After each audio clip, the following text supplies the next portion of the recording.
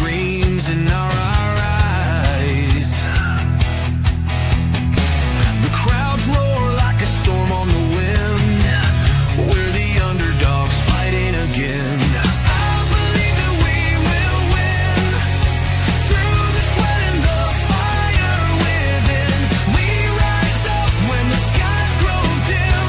I believe that we will win. Mud on our boots, steel in our veins. Feel the heartbeat driving through the pain. Field of battle under shining lights. Every tackle about this fight. I believe that we will win. Push through the noise, drown out the din. No giving up, we dig right in. I believe that we will win. Out on the edge where the brave won't break. With every fall, we've got hearts that ache. But we're not done, we're just starting the run. This is the song to the iron in the sun.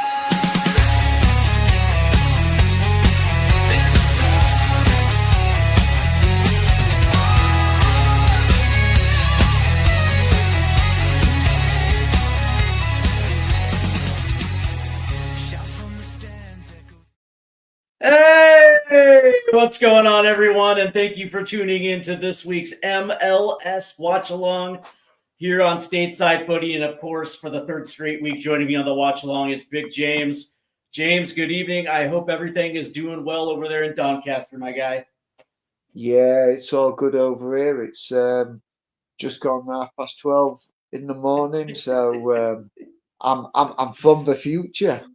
So That's just- technically you're going back to the future right now, is what you're saying. Yeah, that's it. Yeah, absolutely.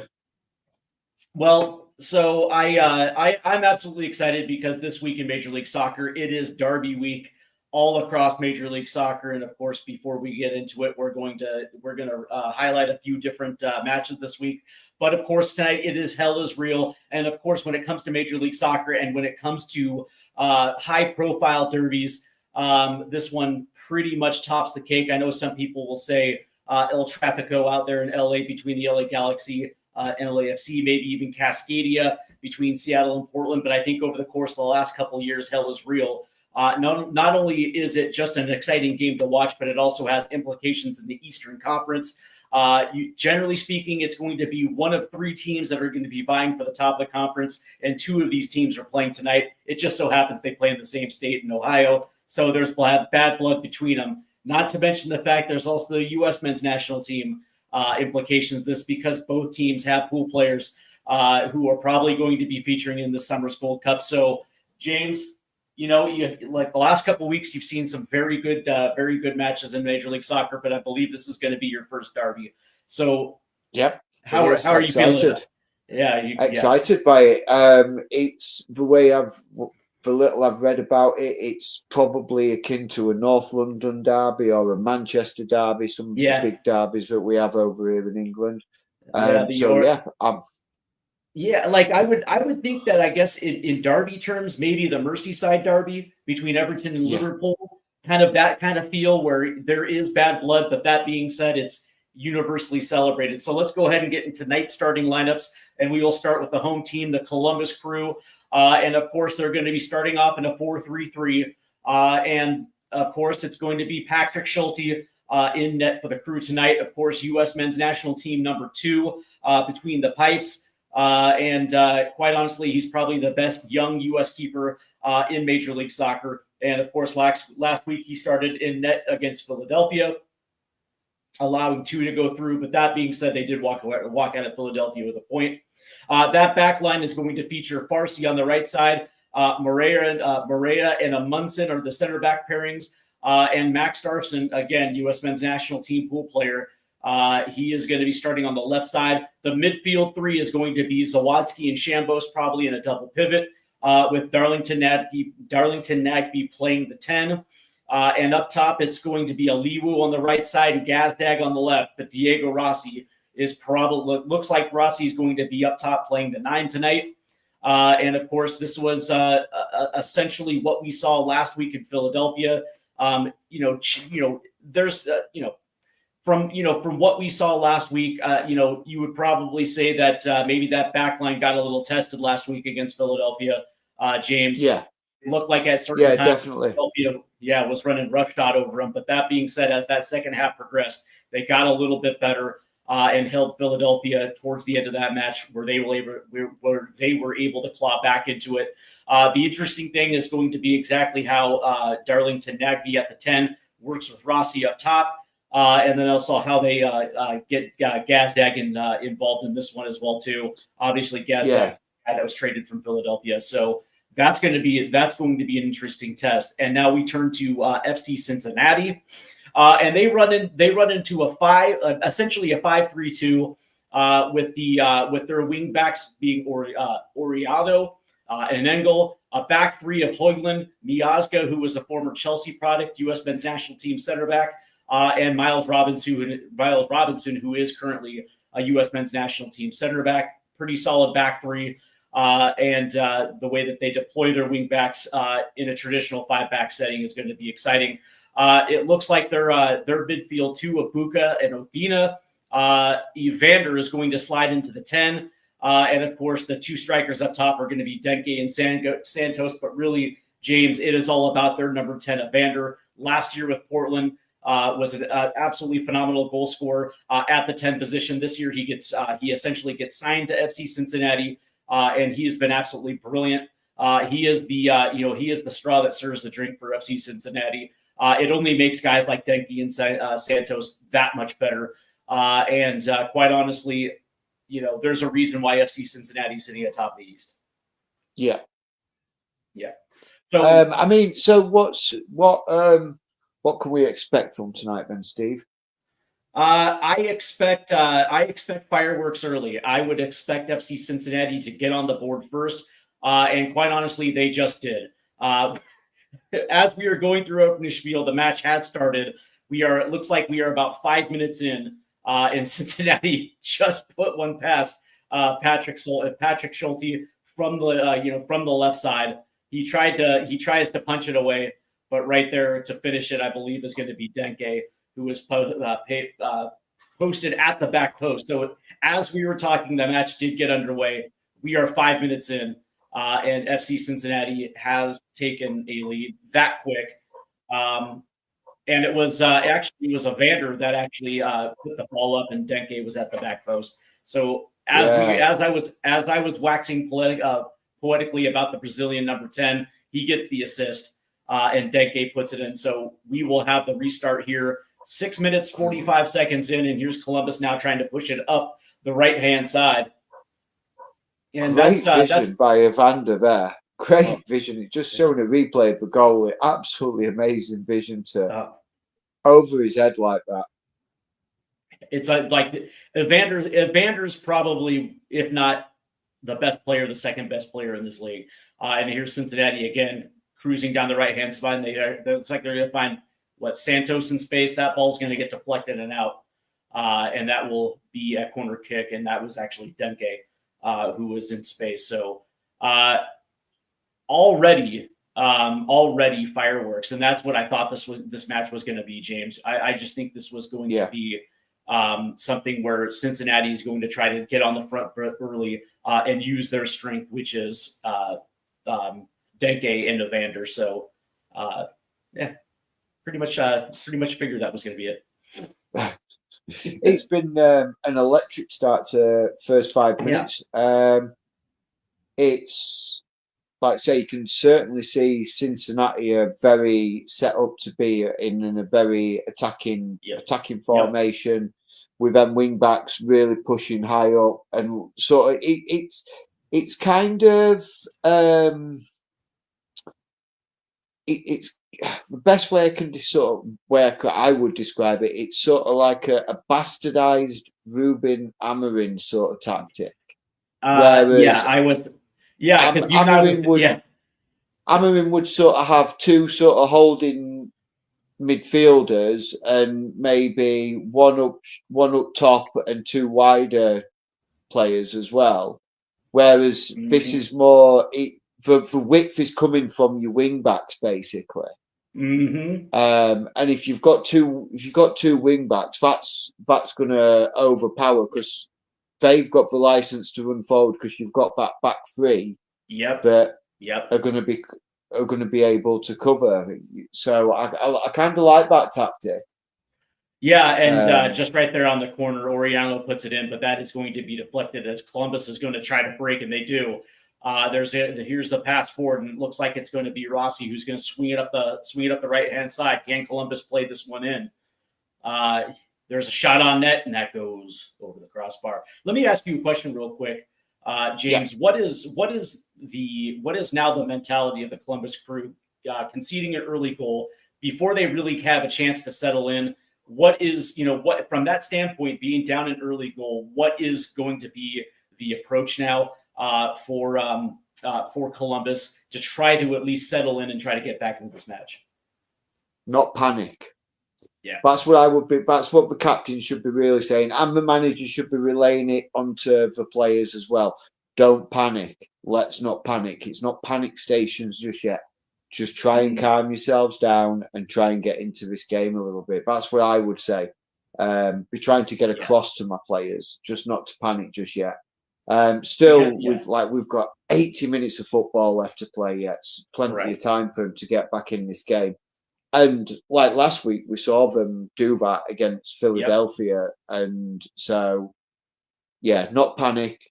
Try and get their game on rather than panic and start chasing the tail a little bit. And here's Columbus now trying to work it again up the right side. It looks like it's going to be Darlington Nagbe who's going to swing it over. Cross! Ooh! And it looked like Farsi. Are they going to say that was offside because Farsi put in an absolute gem of cross? And it looks like it was a Liwu who almost got out the end of that. So as quickly as you were saying, don't panic. There's 80 minutes left. Columbus comes right down and puts a ball in a dangerous area.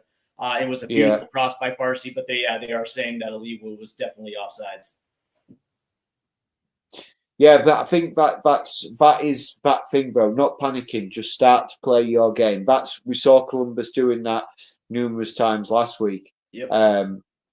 So yeah, that's them not panicking. That's them trying to just play their game. Yeah, definitely offside. Just seeing that replay there. Yeah. So here's Columbus again. It looks like it's going to be on the foot of Patrick Schulte, as it looks like Columbus is going to try to build out of the back here. And there's Schulte as he's going to dump it out right. And it seems like Columbus is hell bent to play up this right-hand side. I don't know, man. I get a little frustrated when teams are just so one-dimensional in their attack. They have some players where they can give Cincinnati multiple looks, but here they are in the early portion, really trying to force it up that right-hand side with Farsi on the overlap to try to get in. Yeah. Now there's a turnover. And it's going to be Cincinnati who's going to try to slow this down. Here's Miazga, who's going to pass it out to Höglund. Dumps it off to Oriano. Back to Miazga. And now there's going to be a press here by Columbus. And can Columbus force get an interception here? Nope. And it looks like Cincinnati's going to turn up. There's a through ball. Oh, just a little too far right there for Santos. And it was Evander again, right at midfield, looking forward and finding two runners. Just a little overhit there. So, and it just seems like Evander is just not only finding space, but also finding opportunity. Yeah, just pulling the strings into. Yeah. I'm one of those, maybe I'm a little crazy. I just think his talent, I think he's only 24. His talent is so real that I actually think that he could play in England somewhere. Yeah. I do. I'm liking what I'm seeing as certainly as a number 10. He seems to have good vision and a good understanding. And for someone at 24 and being so young and raw, but it's not an unusual thing to see the American League develop these youngsters that then come over to Europe and can really. Here's Columbus around the corner shot on net that's going to get deflected back. There's a ball that's up. I don't know what that was. I don't know if that was a cross or what that was, but that was disgusting. Now here's Santos. It looks like on the break, as Cincinnati's going to try to play this forward. That ball's deflected all the way back. Yeah, and I think that is the right now that is the goal of Major League Soccer, to be a feeder league, giving young opportunities for South Americans to come into Major League Soccer, make some good money, develop, and then teams being able to sell them for 20 to 25 million. And looks like here's Farsi. That ball's in, and that's going to be a save right there by Celestano. And again, it was Farsi. Yeah, and that is what we have seen Columbus did this offseason by moving their striker over to Real Betis, and I think they got about 28 for Cucho Hernandez. Atlanta back in the day selling Miguel Almiron to Newcastle. So there are plenty of examples of Major League Soccer going down that route. It seems that lately, especially with the Columbus Crew this last offseason, selling Aiden Morris to Middlesbrough. So there are definitely good examples of good young players making the trek over to England to test themselves. Yeah, absolutely. And Cincinnati now. Yeah, and it can only be a good thing if they see that as a route that they're going to be able to go down. Okay, if I can impress and develop, and the more that we get more younger players that do that, then the more likelihood is then what you might find is that some younger players from the European League will see how these young Americans are coming over developed, or South American developed, and then might want to go over to that league themselves to develop, which then only improves the quality of players that America is getting to witness, and it increases the reputation of the league as in general. So, but yeah, it's I just seen one play that foul there.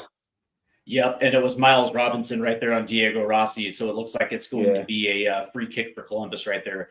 But one of the things that I absolutely right now, the problem is because of the salary cap. Right now, they just don't have a door open for European loan moves right now, where they can't bring in good young players on loans just because of the way that the salary cap is structured. They can't. But the good news is the money is starting to improve year after year after year, and they will raise the salary cap. There's a ball in that's whipped in, and that's going to be headed out, and Cincinnati will try to counter. There's a ball all the way down, and it looks like it's going to be Evander making his way down the left-hand side, pushing forward. Evander lays it off. That's good defense right there by Columbus. And they put the kibosh on that attack. Good tackle. That was a nice soft pass right there from Evander. He put it right in the sweet spot for Oriano, but right there coming in with a sliding tackle. That was absolutely beautiful. And I think the next step for Major League Soccer not only is raising their salary cap to maybe the $10 to $15 million range, which does open the door for European loan moves, but it also allows them to retain their stars, so they're not necessarily forced to sell them to European clubs. They're able to retain it so they can actually market and do the things that a Premier League does or a Bundesliga does, which is actually market your stars. Yeah, and I think, I know. Good ball in. Good ball in. Farsi leaves in. Oh, and Cincinnati clears it. Looks like Columbus is attacking. I think some of the registration rules in the MLS are a little bit daft as well. I don't understand them all. Like I know you can have that you can only have so many designated players in your match day squad 3. But then you can have young designated players or players on senior contracts or players on youth contracts but are full time, and it seems like it's very overcomplicated. It is, and it was designed specifically to make sure certain players are slotted at the right salaries. But the good news is they've opened up the league now for just straight cash transfers. So there is no trading system, whereas before you would trade a player to a team and you'll get target allocation money or general allocation money in return. Now this is just straight up, hey, this guy's worth $5 million. This is what we're going to pay, which is what how the rest of the league world operates. But that being said, this league is only 30 years old, so it's still a baby. No. Yeah. It's still developing itself, and I'm sure things will change. It's like that's the one thing that just always sort of confused me was the transfer, because there's the super draft, and then you can do trades for draft picks. Now I understand draft picks from watching the NFL and Major League Soccer got rid of the draft a few years back because the impact of players coming out of college just weren't at that level, so they decided to get rid of the super draft. When they brought in the academy, they got rid of the super draft. Okay. Yeah. So all Major League Soccer teams now have academies. Whether or not the academies are actually working is another story, probably for a different day. But I would think that it's beholden for teams to have academies because, again, that is a source of income, a source of profit if they're able to develop and sell on. I know that Philadelphia does a great job. The Red Bulls do a good job of developing academy talents and then moving them on to European clubs. Oh, here we go. Here's Cincinnati on the break, and it looks like it's going to be Santos who's going to play it in. That ball's going to get over, but right there is Evander. Lays it off. Shot. Ooh, and Patrick Schulte gets a hand on it. Yeah, good save. And again, it was Evander on the right-hand side of the box, just lays it off. Unbelievable silky touch right there from Evander getting a shot on net. And it looked like Santos. I thought the initial cross by Santos was deflected. It wasn't. I liked Santos's touch round the right back of the Columbus crew there. Just sort of flicked it up and put enough spin on it so it didn't run too far away from him. It was a really, really deft touch, that. As Oriano whips in across, that ball's going to get headed a few times, and it looks like it's going to get out, I believe, for another Cincinnati corner there, just on the opposite side. So we are about 20 minutes in, and your thoughts 20 minutes in. Clearly, I think Cincinnati probably is the more dangerous attacking team, but I would think that Columbus is possession-wise has held the ball a little bit more. Yeah, Cincinnati definitely look like they're trying to catch Columbus on the counter-attack, and when they do counter, they are going together and they're breaking very, very quickly. Is Cincinnati again? That ball's going to get deflected and out. And I think this might be a goal kick. But clearly, Evander is the best player on the field right now. Absolutely. From my eyes, it's like I know Diego Rossi's trying to do his best for Columbus, but he's not Evander. There's clearly a wide gap when it comes to talent between. Yeah, absolutely.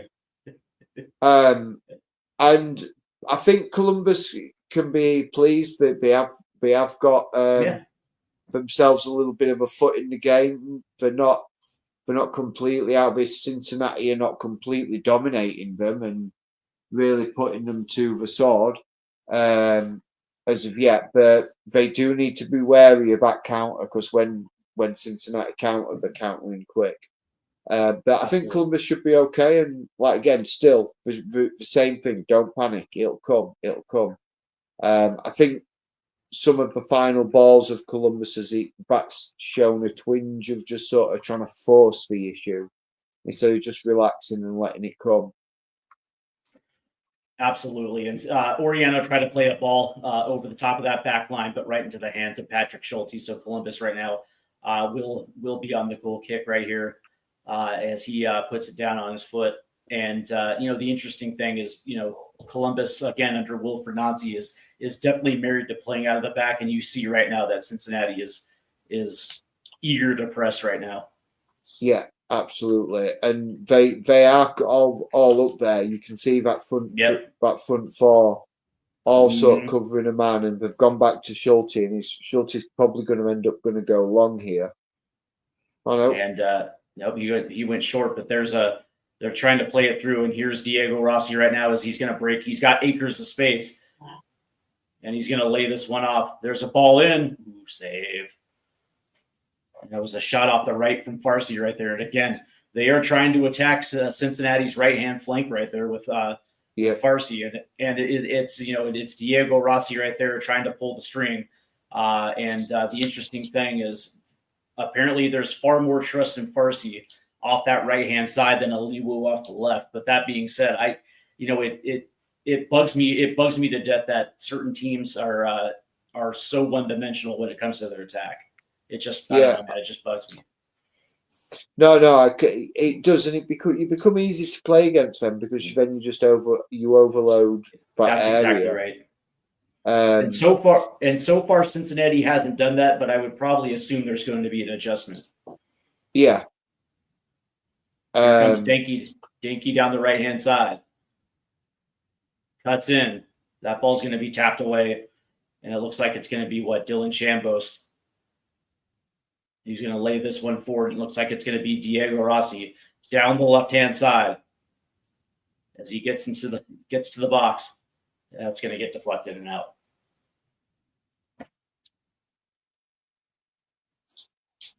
Yeah, go ahead. Sure, go ahead. No, I was just going to say the difference there between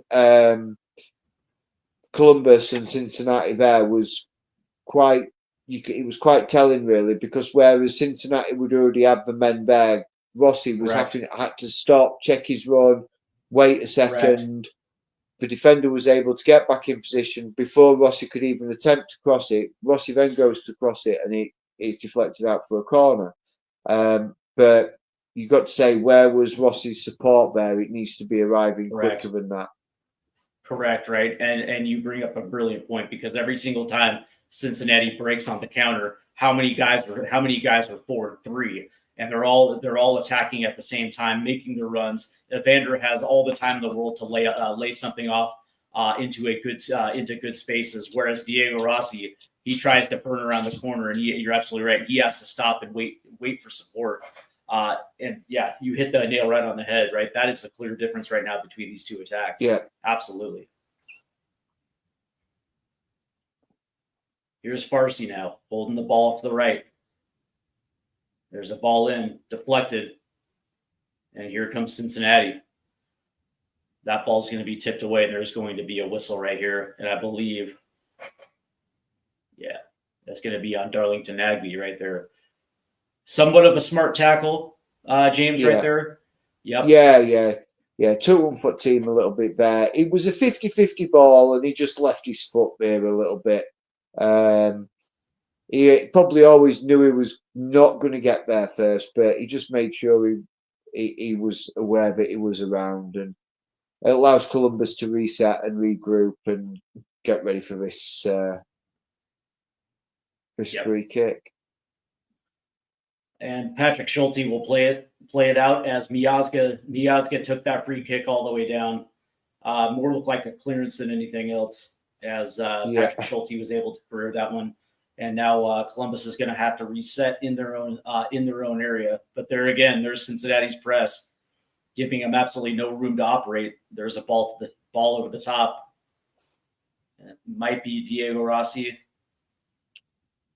That ball's going to looks like, oh no, that's actually going to stay in bounds. And here's Book playing it back.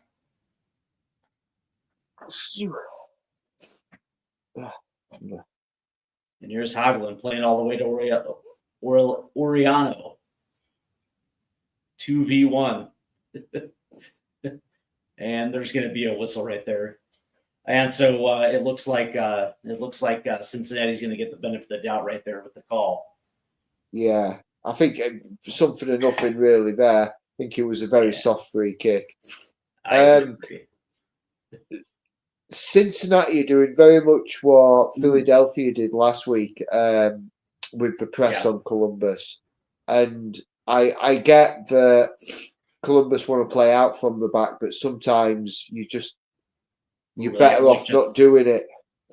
Like just right there, as that Cincinnati press forced a turnover deep, and it was Denke who gets the ball on the turnover right here. Here's Oriano looking in, looks like it's going to be Santos as who tries to flick it back, but there was nobody there.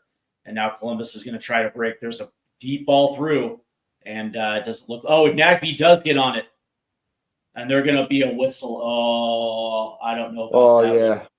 No, that was actually illegal. I think he gave him a little shove, just a little one, just as he was coming up to the ball. Oh, but Robinson went down very easily, though. Yeah. It didn't look like it was that big of a shove right there. Oh man. Yeah, I can understand why they get the whistle though. It was a soft whistle though. Yeah, 100%. Yeah. As that ball is going to get played forward and headed all the way back to Schulte. I don't know, man. Like, I don't necessarily. So on one hand, I understand the whistle, right? Because there was a clear shove. But that being said, I think it was embellished a little bit. But but I don't know, man. Like, it's so weird because some of these refs in Major League Soccer will let teams play. You know what I mean? And then you have others that have such a quick whistle. Yeah. Oh, here comes Cincinnati again. Oh, good defending. Defending right there. Yeah, I mean, it was soft. There was a shove, and it was. And it did go down very easily. But it's one of those. If he doesn't go down at all, is the free kick given? Correct. So he's gone down as he's gone down, like he's been shot in head. But if he doesn't go down, then it's not a free kick and Columbus are through on goal. So I kind of understand the play there and understand it, but it's a soft one. Yeah, and Cincinnati had a corner right there taken by Evander. That ball was tipped out by Patrick Schulte, and so it'll go out for another corner. This time it's going to be Oriano. Puts one in. Oh, that was actually beautifully placed, but it was headed out by Columbus. But Cincinnati will retain possession. Okay. And so now the ball goes. There was a hard touch right there, but Columbus was able to regain it right now, and Columbus now will set up down the left-hand side. Here's Max Arfston, who's going to have to play this back. And let's see what Columbus has in store here, as it looks like they're going to try to work this potentially down the left-hand side. Nope, that ball's going to get played back. And there's a ball over the top. Ooh, I like this one. Ooh, oh, no whistle in the box. Oh, he was absolutely mugged. Oh, that has to be reviewed. And that was a perfectly timed run too, as that ball went well over the top in a good place. Yeah. Oh, and I don't know. That kind of looks like he was wrestled down a little bit. Yeah, I'm surprised for not looking at that. Oh. So I'd like to see that from another angle, for a bit closer up. Absolutely. The wide angle makes it look like he doesn't touch the ball at all, and he just takes the player out. my whole thing is if you have VAR, then use it. Here comes Cincinnati, and it looks like it's going to be Denke, who's going to try to cut in. I think he was offside. Ooh, nice save right there by Patrick Schulte. And it looked like Santos just didn't have a balanced shot on net. Looked like he was kind of rushing a little bit as his body was moving in one direction. He tried to get a shot off, but it ended up being just an absolute easy save right there for Patrick Schulte.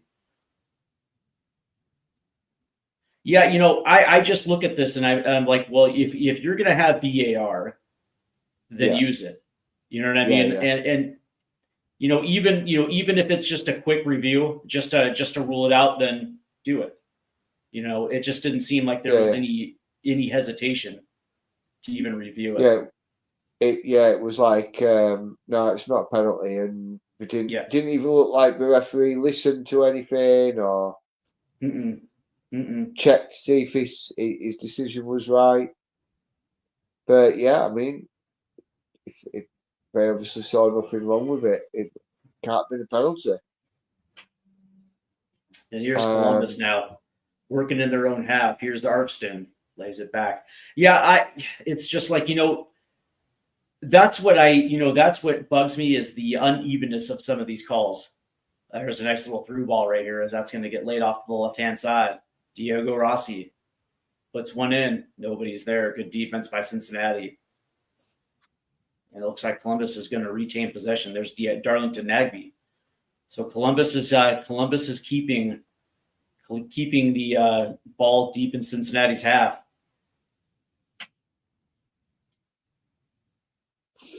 If you're like, that's the thing. And I don't know if you've noticed this over the last 25 years in the Premier League, the refereeing in the Premier League has gotten worse.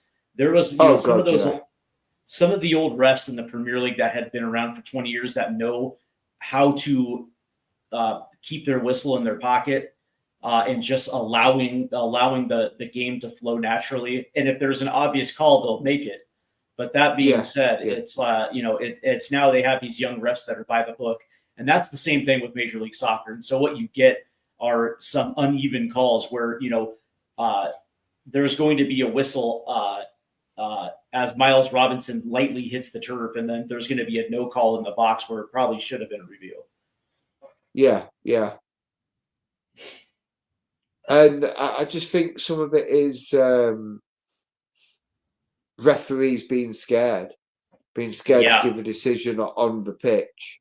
But also because of, certainly in the Premier League, there is a lot of backlash with VAR and the length of time it takes to make decisions and offsides and penalties and things like that.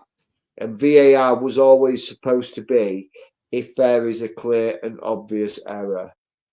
And then they adapted this offside rule, whereas they let the play develop and then they flagged for offside. No, if a player is offside, he's offside, you raise your flag. That's how it should be. Correct. That's why it gives clarity. And if the linesman raises his flag and it's offside, but like within a couple of seconds of that linesman raising his flag, if the ref lets the play on for like 5 seconds, and a shot and a goal gets scored, for instance, that would be a perfect time for VAR to step in, saying, "Okay, the linesman thinks he's offside. Let us check and see if he's offside." Correct. That's how I would, and that to me would be more beneficial than times when players are blatantly offside. They allow play to go on. It's like what we said in the before the whistle against the Spurs Crystal Palace game about the Nottingham Forest kid. That injury might never have happened if the flag had gone up and the ref had stopped the game. He could be fit to play. He could have been fit to play today or tomorrow. I can't remember when Nottingham Forest play, but they could have been fit and healthy and well, and they weren't because of a silly rule, in my opinion. Yes. And the and it was a lot simpler. Offsides was a lot simpler back in the day too. Flag Yeah, goes up, play is stopped. Period. Period. yeah, That's it. That's it. There's no gray area where you're still going to allow a team to finish its attack, whether it ends in a goal or not. If as far as I'm concerned, it eats time away. And yeah, it lengthens games that me personally, I don't like the stoppage times that we're seeing now. 6 minutes of stoppage time, unless there was a clear yeah, injury where ate at it. Now all of a sudden, teams are able to get that extra 4 minutes back at the end of the game to try to equalize or win it. And I also yeah, think yeah, that tends to favor some of the better teams in the league. But Columbus, over the course of the last couple of minutes, has held possession absolutely really well. Of course, not a lot of shots, actually, no shots on goal from Columbus with all this possession, but they are working it into better areas in Cincinnati's box. And here's Farsi off the right. That's going to get laid back. Plays it in, turns, fires, and looks like it's gonna get deflected out. No, is it? Or is that going to be a goal kick? Oh, he's offside. Doesn't matter. And there you go. There's the offside. yeah. It's like it's flicked over. Oh, it's a corner, and we're looking, waiting for the play to set up, and all of a sudden the flag comes up. I don't think he's offside. Yeah, I don't think he It's was not. offside either. I think that was a late flag. Yeah, and it's an incorrect flag as well. Yeah, it looked like he was actually very much onside right there. Yeah, And again, no VAR yeah. to determine it. We saw one replay of that, and we both could tell he was onside. Correct. VAR would have taken 1 second, exactly the same amount of time as us. See, one replay said actually he's not offside, he's onside, Yep. so it's a corner kick. Simple as.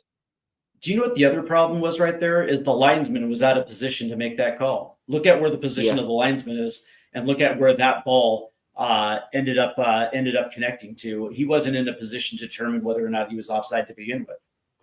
That's a little food for thought right there too.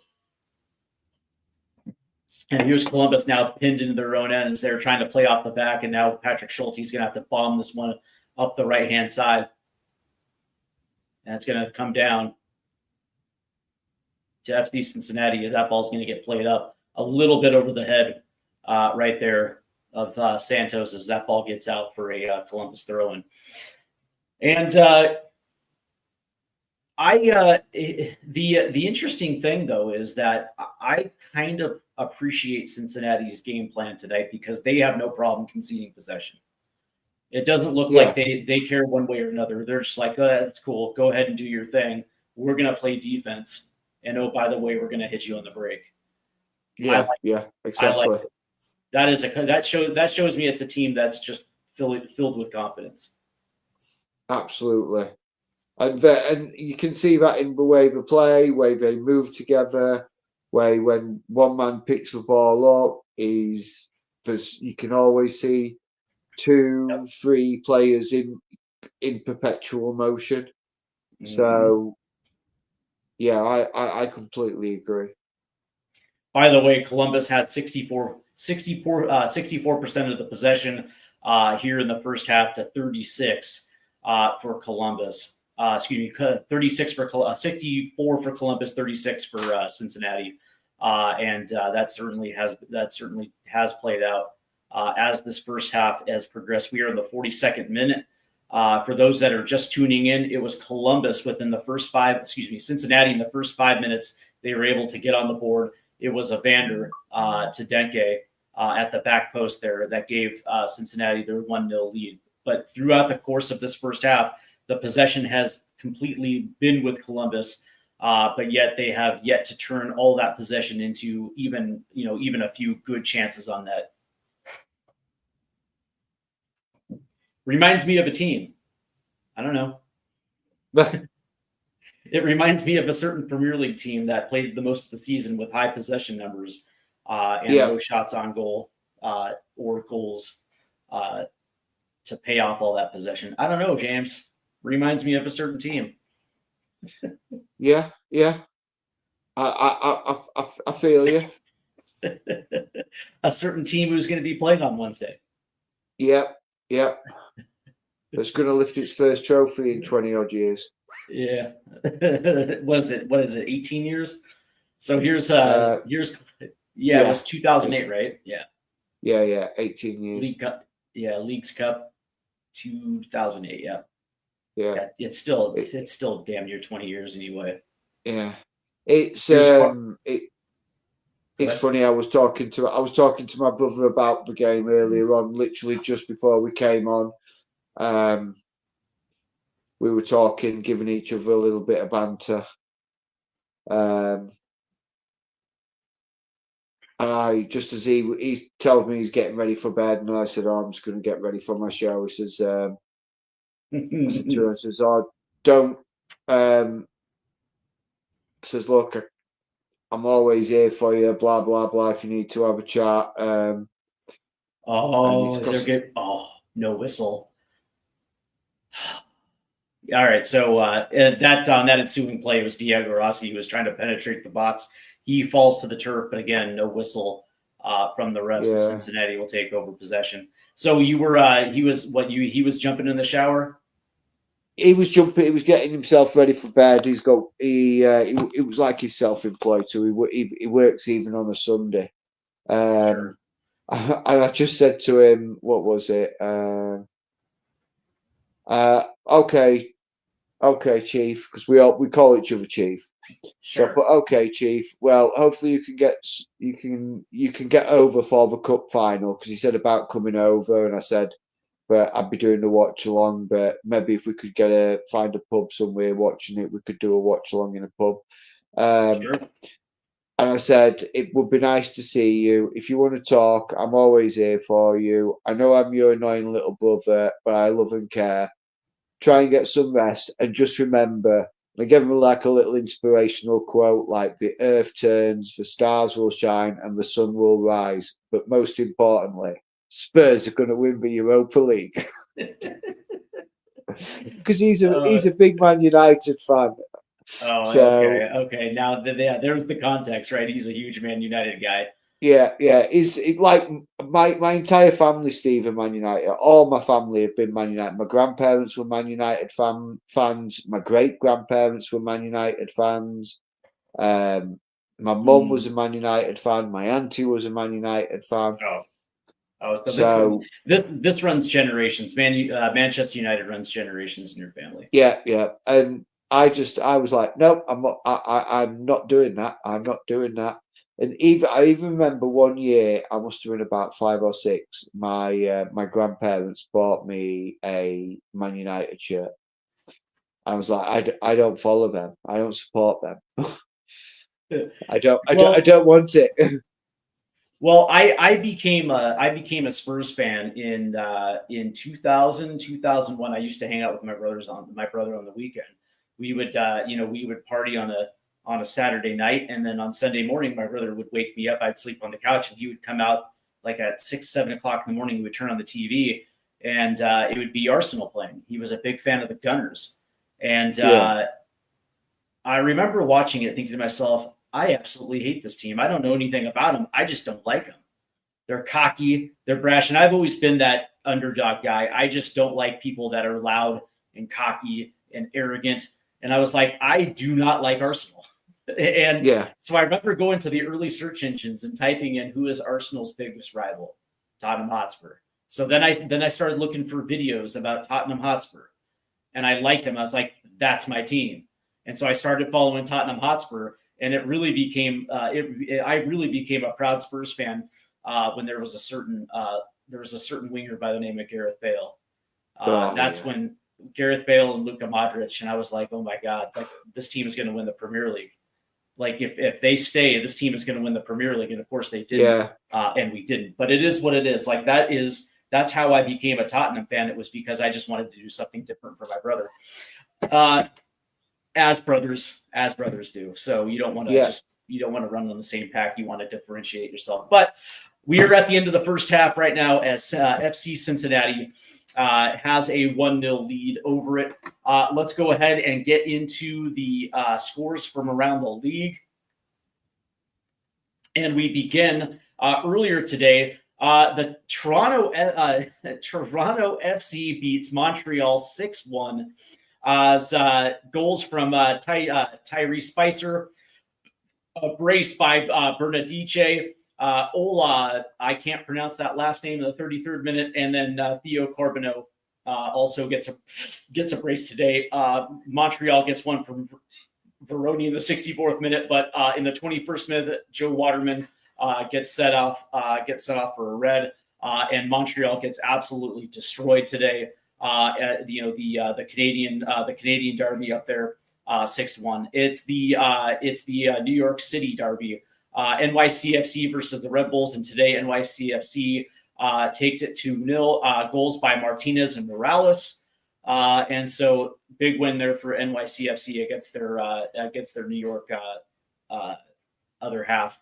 And of course, right now in the first half, right now Philadelphia and Atlanta are 0-0. In the 36th minute, Charlotte and Chicago are 0-0, and New England versus San Jose is also 0-0 in the 36th minute. So later on tonight, we have Austin versus Vancouver is down in Texas to play Austin. That's going to be a good Western Conference matchup. And of course, we have the Texas Derby. The Houston Dynamo are in Dallas to take on FC Dallas. St. Louis is in Minnesota. DC United is taking on Nashville. And of course, I mentioned a little bit earlier, the Sounders are down in Portland for this first installment of the Cascadia Derby. Real Salt Lake in the Rocky Mountain Derby against Colorado. That's a little bit later. And Sporting KC is going to be at San Diego FC. So definitely a lot of good MLS. Action tonight as we get into the stats of this one. So far, it has really been possession-wise. It's all been Columbus Crew with 65% of the possession to Cincinnati's 35%. But the XG is all on Cincinnati's side, 0.62 to 0.41. Total shots, it's even 6-6. Shots on target favor Cincinnati 3-2. They also have the big chances. But the accurate passes goes to Columbus. And of course, they had possession, so why wouldn't they? 277 to 125, but fouls committed 9-6. Cincinnati corners, though, Cincinnati has that 7-2. As we take a deeper dive into possession, total passes 308 for Columbus to 158. And here's the interesting thing: passes in the opposition half, it's 179 for Columbus to only 43 in their opposition half, and touches in the box, it's 14-12. So that's kind of an interesting one, considering that they're essentially, when it comes to passing stats, Columbus does have the edge, but touches in the opposite box, it's only a 2-touch differential right there between Columbus. So that lets you know that when Cincinnati does break, they are getting deep into Columbus's box right there. No pun intended. And of course, duels. 24-19 favoring Columbus. Ground duels is 21-14 to Columbus, but aerial duels, it's Cincinnati 5-2. And so those are your halftime stats. So, all right, James, when we're looking at these two teams, when this match progressed and when it got into like the first 15 minutes, this looked like this was going to be the trend, correct? Yeah, it did. It really did. I think Columbus, there's still a chance for Columbus to get something out of this game. I don't think they're completely out of it yet. What I think will happen is they'll come out fast now in the second half. First 10 minutes, we need to come out fast, and we need to start trying to break Cincinnati down a little bit more. I would like to see him try something a little bit different rather than constantly down the right hand side. If I was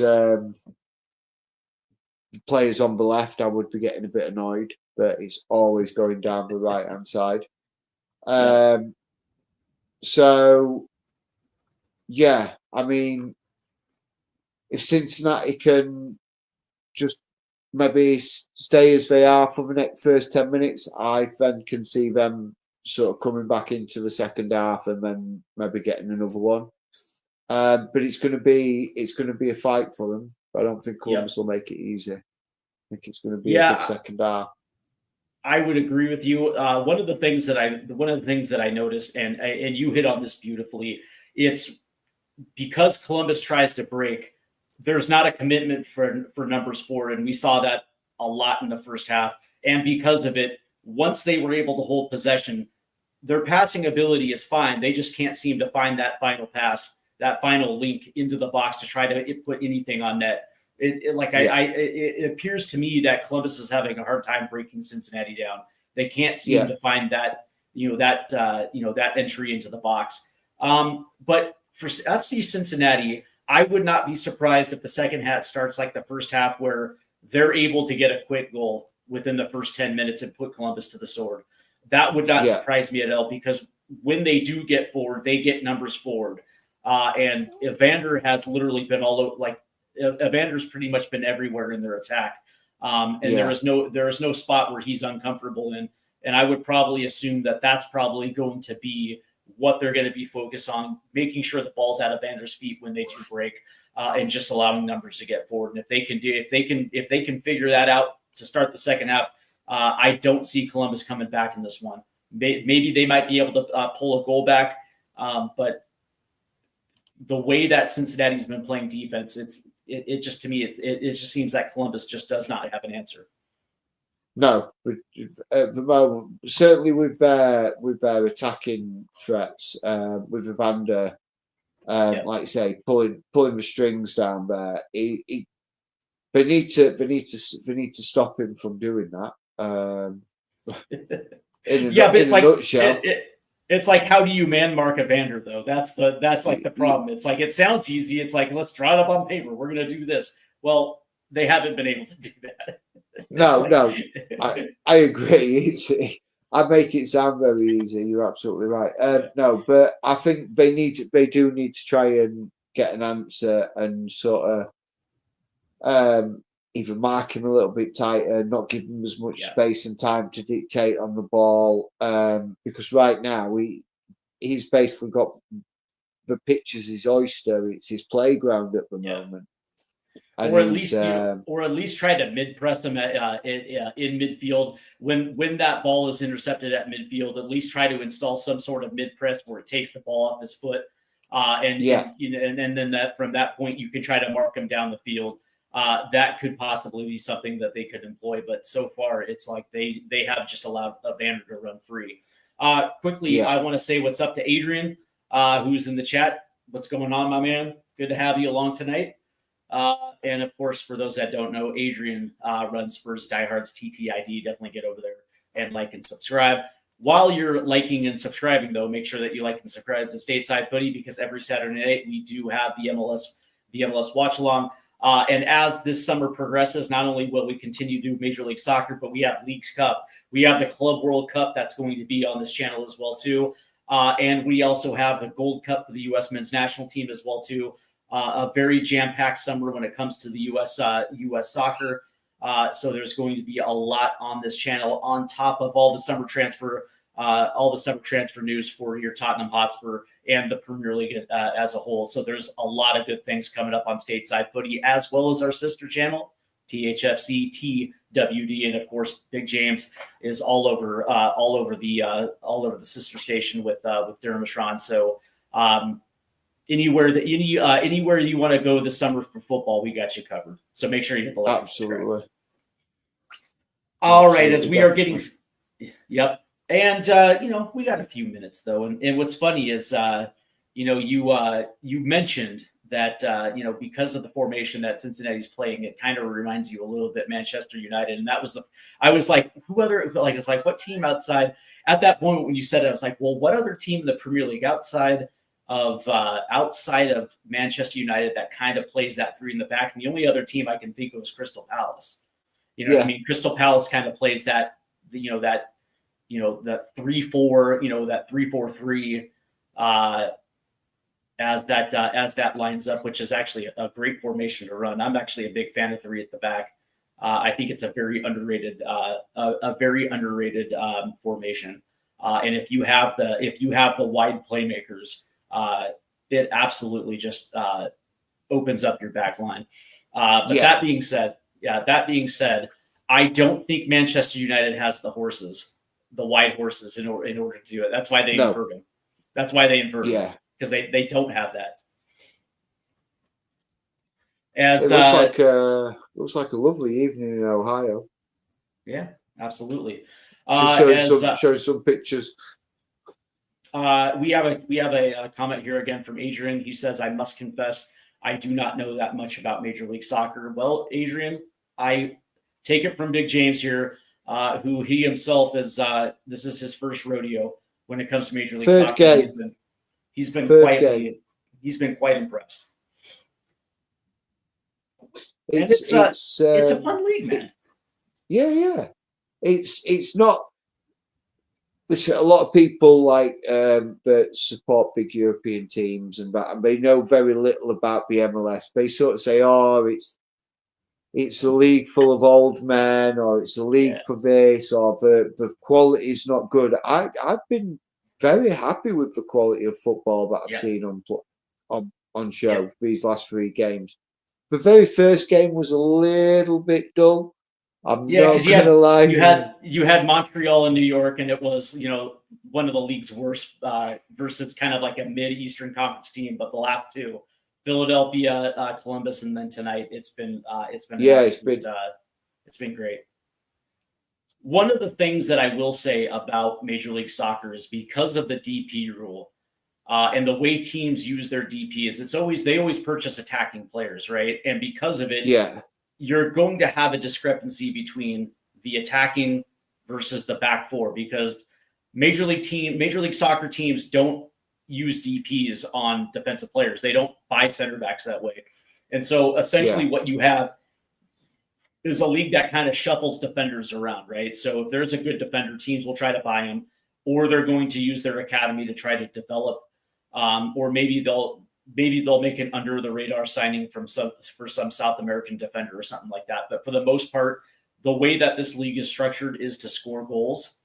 And that's why when you look at some score lines and you'll see consistent 4-goal performances. That's why the league went into this direction, because again, they're competing with the NFL, they're competing with Major League Baseball or the NBA, and so they want to make sure that when you tune in, you're not going to watch a 0-0 game. But this again, we have Adrian who says, "Guys, is this the year the Bird, Newcastle, Magpies, Liverpool, the Liverbird, Crystal Palace, the Eagles, and the Philadelphia Eagles Super Bowl, and the Spurs Cockerel?" That's wow, yeah. I tell you what, I like that one. Yeah, I do like that one. As we are the year of the Bird. It is the year of the Bird. As the second half has now kicked off, and here's Columbus now. Again, possession as they're trying to work into Cincinnati's box, and there's a flick down the right-hand side, but there's Miles Robinson. Nice play. Good spatial awareness for Robinson right there to not give away the edge right there. Yeah. Because it looked like he was about to turn the corner and try to put one in, and Miles Robinson stepped in and took that away. And so here's Columbus now as they're going to try to reset. In Cincinnati's half, there's the ball to the left. It looks like it's going to be Max Arston on the ball. He's going to kick this one forward. Here's Diego Rossi. Tries to cut in. Lays it off. Here's Nagby. There's a flick in, and of course, it was a little too far forward, and that ball is going to get cleared. And back out there to corral that is Patrick Schulte. What minute are you on, Steve? 46. Oh, I'm in front of you. Oh, okay. I was behind you most of the first half, and somehow I've got in front of you. So I'll stop. I'll stop at 48-10. Okay. Right there. All right. And I will let you know when I catch up because I'm at 46. Yeah. So here's Cincinnati's first opportunity with the ball here as they're playing it out from the back. There's a ball that goes forward and it's tipped away.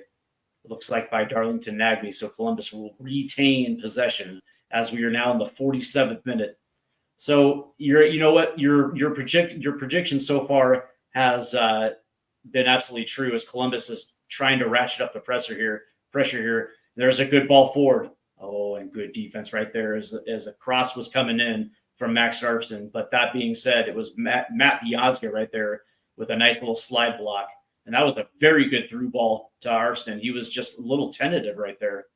Yeah, he was just didn't seem to strike it with any kind of conviction. All right, so we are at 47-45, and we are at a corner here, and it's going to be Diego Rossi taking this corner. And here, as the arm goes up, there's the ball that's going to be played short. And I'm coming up on 48 right now. Oh, you said 48-10, right? Yeah. Right now. And there is a player down as that ball was played in. As we look at the replay, and it was Max Arfson who played a nice ball in. That ball gets pinged around the box, and eventually is going to be tapped away by the goalkeeper out over his post. But on that play, it looks as if Gazdag is down. And if this thing is serious, that's actually kind of a big blow for Columbus on that left-hand side. But it looks like he's up now.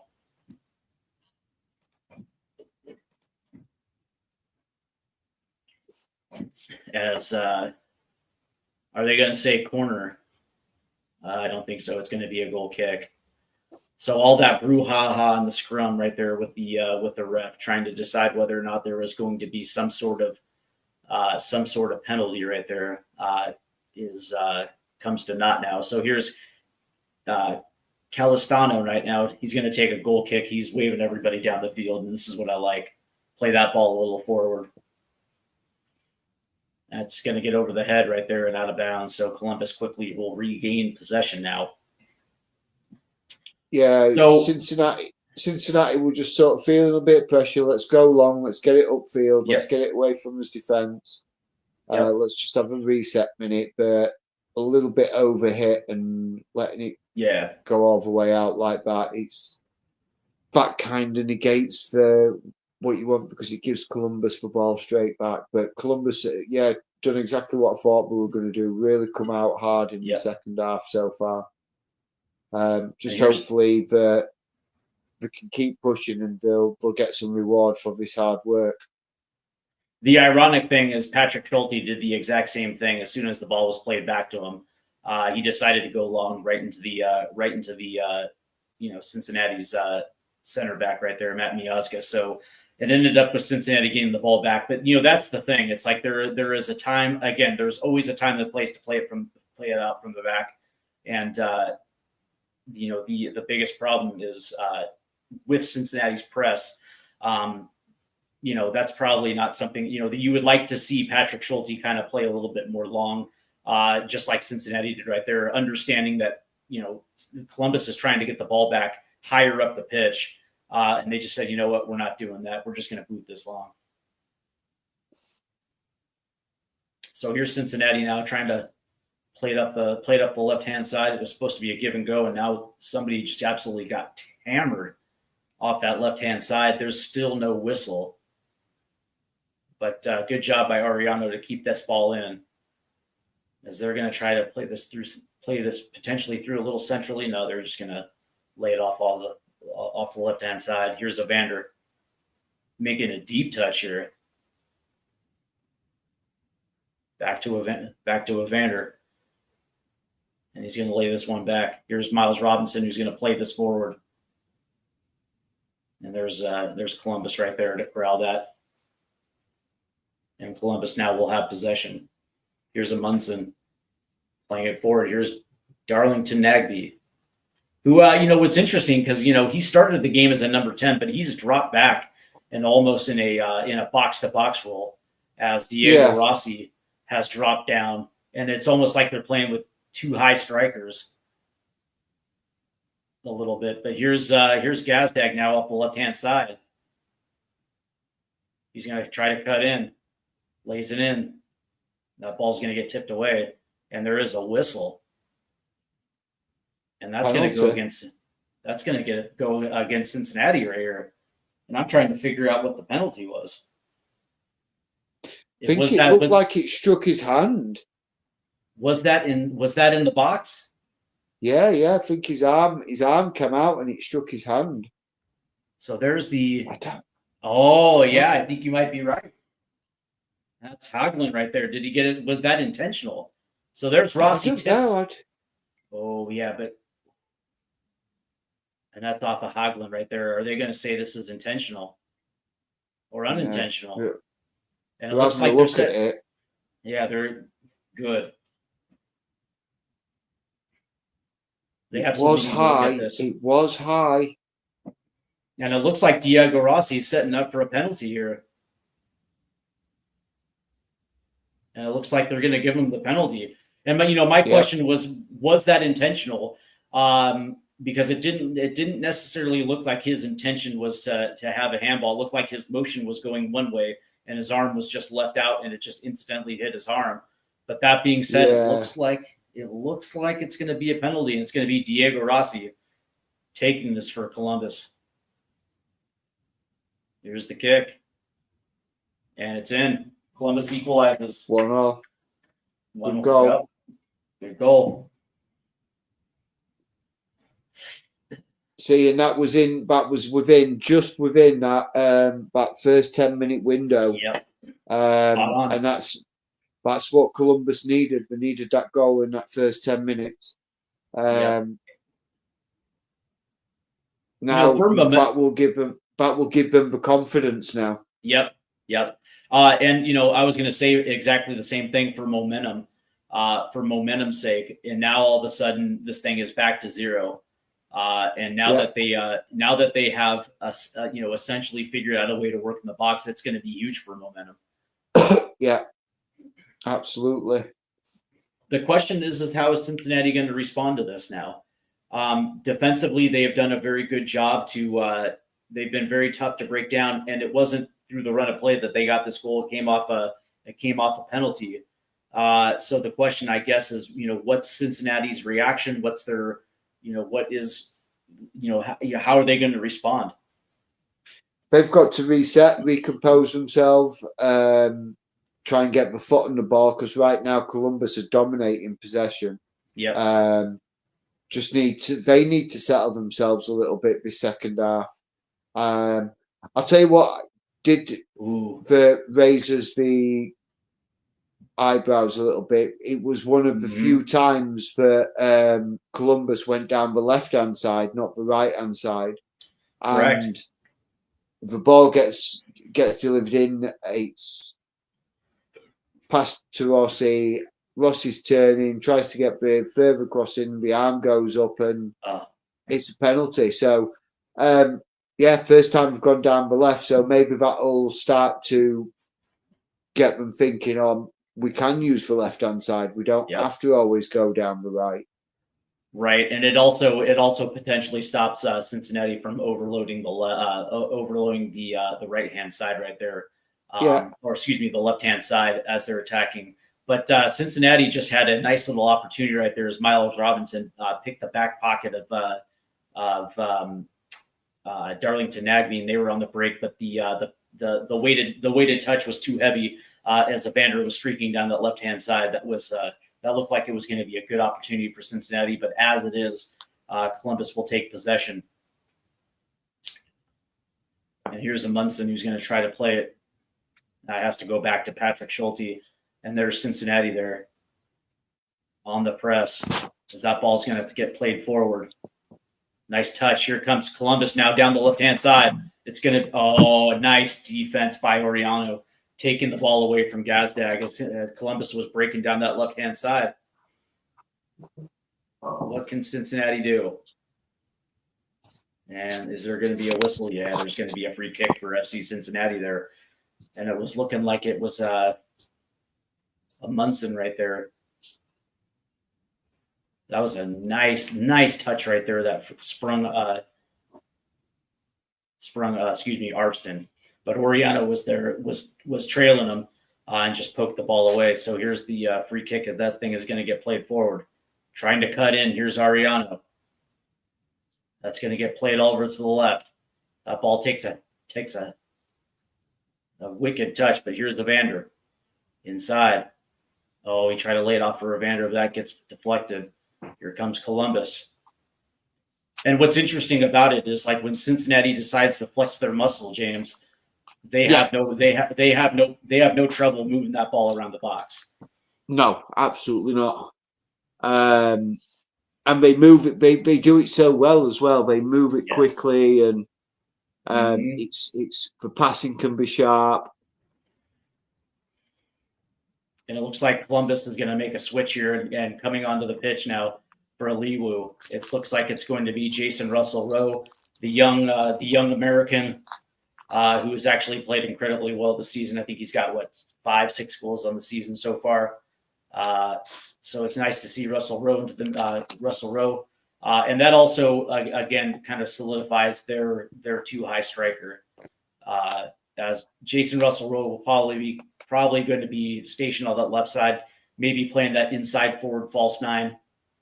Yeah. There's a nice little ball in. Here's Diego Rossi. Columbus is not going away here. Nice little touch.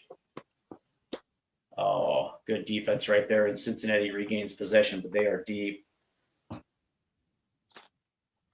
That ball's going to get popped up, and Columbus does a good job of keeping possession.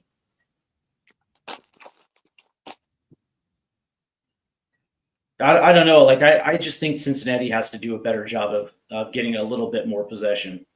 I mean, right now it's all Columbus, and their opportunity to break on the counter is so far and few in between. I think they're going to have to Columbus have really started to dominate possession now, and I think Cincinnati's they're going to have to take some chances to make sure that they get a little bit more possession. Yeah, definitely. Maybe this is the man to do it. Dude, what's so crazy is Denke had a dude right there he could have laid a pass off him to, and then started to make his run. And he just, I don't know, man. I don't like that, man. It was almost, I understand he's trying to beat some pressure, but you had an opportunity to dump it off to one of your midfielders right there, and then go around the corner and make a run. But that ball's going to get played out. That'll be a Cincinnati throw-in. I don't know, man. That's like the type of shit Marcus Rashford would do. Yeah.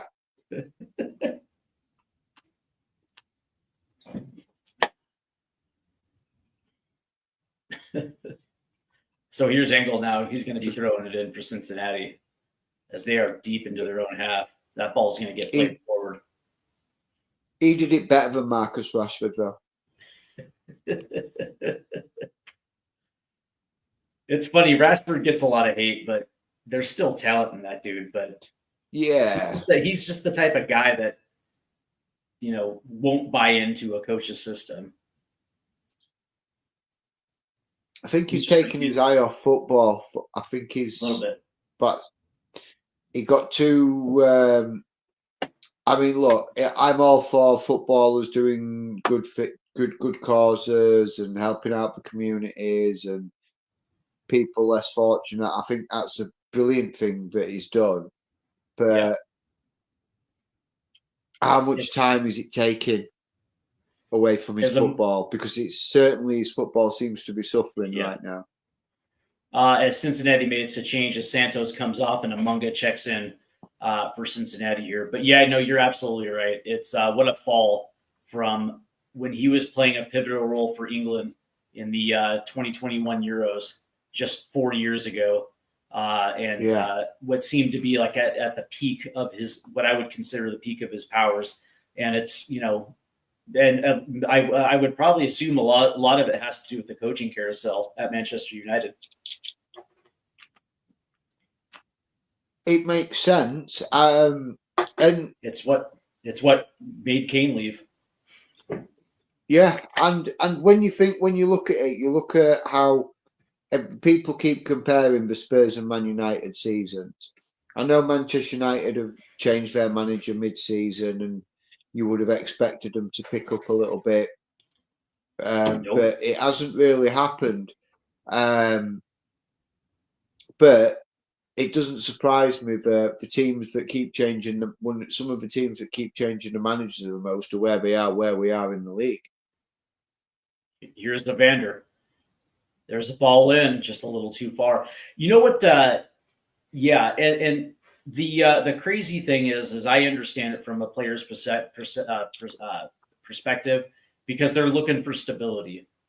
And whenever you're chopping and changing your manager, in comes another philosophy, in comes another way they want him to play. And he fancies himself as a number 9, but every single time a new manager comes in, they always stick him off the left. And I think it's, I think that also plays a role into it too. He just wants to play his style of football, and doesn't necessarily want to buy in on what the coach actually has a vision for him. I understand from his perspective. That.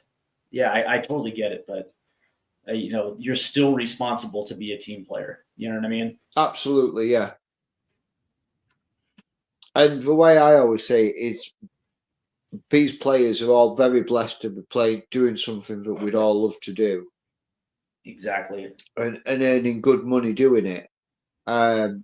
So sometimes you do have to think to yourself, yeah, just stuck it up a bit and put your effort into playing in that position and that system. But I also understand when you just start getting used to playing in one system, and when a new manager comes in, and it's like you said, new philosophy, new system, new tactics, new way of learning how to play.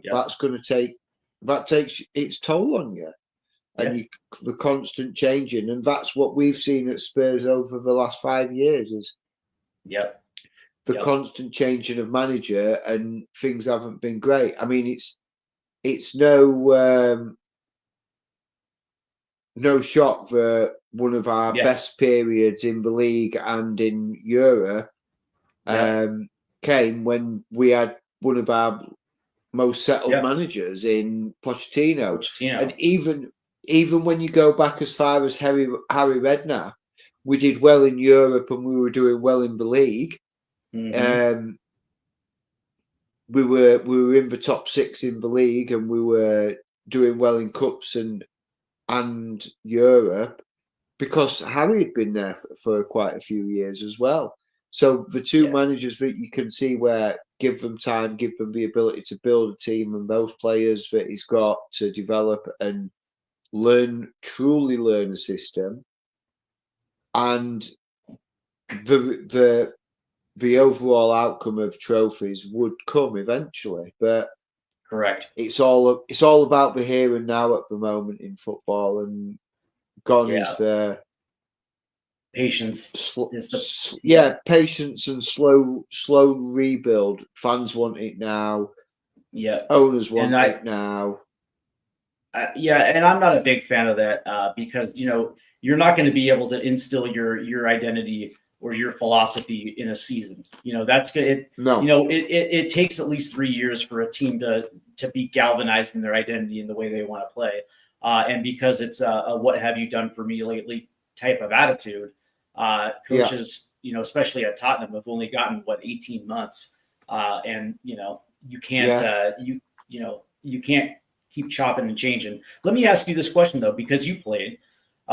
Did you ever have to go through a situation where a manager was sacked mid-season and then you had to readjust to a new way of doing things? And I'm kind of curious if you've been through that. Yeah, just once.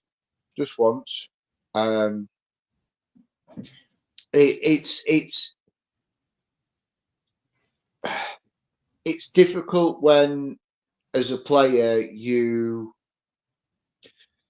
because I was predominantly a striker or a winger. I could play either, and I was good at playing as a winger because I was small and quick and agile. But I also learned to know where the net was and score plenty of goals because I knew where keepers were, because I used to play as a goalkeeper when I was very young, or as an under 15, under 16. But when I was going through sort of like the amateur leagues, and we had a manager change, the manager wanted to play me more as a central midfielder, and I was never a central midfielder. And we butted over it a little bit. And then he said, okay, well, I'll play you out on the wing, but I want you to be more of a defensive midfielder rather than an attacking midfielder. So it was different to try and, when your natural instinct is to want to drive forward and influence the attack, and having to be a bit more reserved and conservative in the way you make your runs and how far up the field you push and press.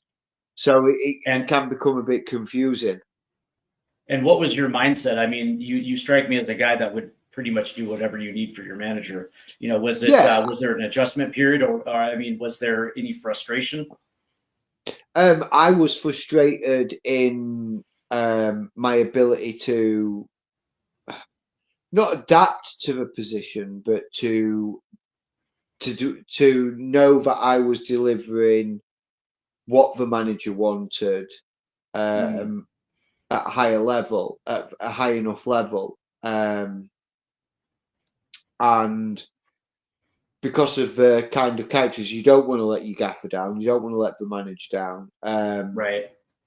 And I know a lot of the players who we were playing with, we felt like we'd done that with our manager, and when we lost him. It was a lot of, because he'd been our manager for a number of years, and so it was sort of a bit of a, okay, now what do we do? What? Yeah, now what do we do? And you know, and the problem is you're in mid-season, so now all of a sudden it's like that new manager is not going to continue to necessarily play. He's got his ideas, and there's a shot on goal that's going to get deflected out wide. And I would have just assumed for a player, you're kind of like, well, you know, I've been used to doing this one thing, and now you're moving me from the wing to a holding midfielder. And my natural instinct is to run forward, but now you're telling me to play back, and now I have to be mindful of other tens that are going to try to operate in the middle of the pitch, and that's not necessarily your game. No, it wasn't, and it was frustrating until I learned to adapt my game and sort of hone my skills on that position and know what I was looking for, and it probably took me 4-5 games, in each game I became each game I got better and better with it. Columbus really putting Cincinnati under some pressure. Here's Rossi. It's been that way since of this entire second half, to be fair. Ooh, and that was a good ball in right there from Farsi, as looks like he had Jason Russell Rowe who got ahead on it, as that ball will get out. Adrian here in the chat says, I predict a 2-1 Spurs win. I dreamed it and have loads of bets. I like it. But he also asked this question. He says, guys, how do you rate the standard of MLS compared to European leagues? And I have them right there at the, maybe even in some respect, a little bit better than the Dutch Eredivisie. But I actually think MLS is kind of on the same par of Ligue 1 in France. Like I can see that, right? France is just like top heavy with one, possibly two teams, and there's not a good quality spread throughout. Major League Soccer is spread pretty well out when it comes to talent. So I have Major League Soccer in that Dutch French corridor right there. Yeah, I can see that. Yeah. as Columbus now, and here's Shambost as they're trying to weave this down the right-hand side. And you're absolutely right. Columbus has been on the front foot this entire second half. They are starting to look dangerous. It looks like they're about to catch the second goal. There's a ball in. Good defense right there by Cincinnati. That's going to get out for a corner. And one of the things that I've noticed, James, is like in the first half, Evander was that, I guess you can say the guy pulling all the strings for Cincinnati. But in the second half, we haven't necessarily said his name. No, he's been very quiet, and we said that at halftime. What Columbus need to do is find a way to keep Evander quiet, and they've found that way. He's not seeing much of the ball, but saying that, not many of the Cincinnati players are seeing a lot of the ball right now. And the last two times up the pitch, they were kind of put in a little mid-block situation where that was almost a goal right there. Good save. Where a guy like Denke has been trying to go 2v1 where he has that outlet pass and decides not to use that outlet to keep on pushing up the field, and that's really kind of put the clamps on their attack as well too. But here's Jason Russell Rowe with a header on goal. Nice save by Calistano right there. Yeah, that was a beautiful save. Full stretch around the post. Yep. There's a ball that's whipped in, and now it's going to get cleared. And that plays all the way back down at midfield, and Patrick Schulte's well out of his box. And Cincinnati again will control the possession here. And it begs the natural question. It's like, how is Cincinnati going to find that second goal? Because after that first, I give all credit to Columbus. Their defense has stood tall, and weathered some of their storms. But now, as this game has progressed, all the possession is with Columbus. Yeah, it just kind of begs. It's like, how is Cincinnati going to find that second goal if they're going to find that second goal? Well, if you ask me, Columbus do look the most likely that they're going to score. So Cincinnati are obviously going to go up the other end of the pitch and bang one in. But no, I think Cincinnati need to. I don't know. They need to have a word with themselves, check themselves, start playing their football again, because at the moment they're all over the place. A little bit silly passes. They're not playing they're not doing the KISS method. Yeah. Keep it simple, stupids. I just think they have to figure out a way to get Evander more involved. I mean, that is the dude that pulls the strings. Oh, and that's a header that looks like it gets over the bar. What a cross into the box. Good Lord. And he found Morea there, the center defenser, and it was Arston who plays a brilliant ball in. And he did those two knock heads? Oh, no, he found Morea perfectly. That just ball goes over the bar. Yeah. Wow. Did they leave Morea unmarked there? It certainly looked like it. Oh, good Lord.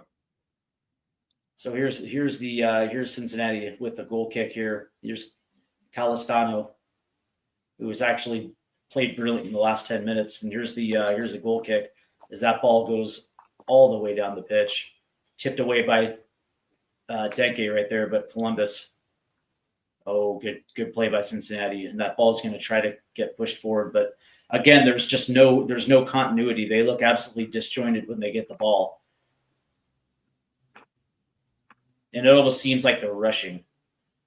Yeah, they're really trying to force the issue, and it's just not working for them. And Cincinnati's about ready to make a double change, and we'll have those subs in just a second as Schulte's going to play this one forward. Tipped away upfield by Cincinnati. Oh, nice pass right there. Here's Evander as he lays this off to the left. They're going to play this back. all the way to the right. Good press by Columbus. That's going to play it out to the left.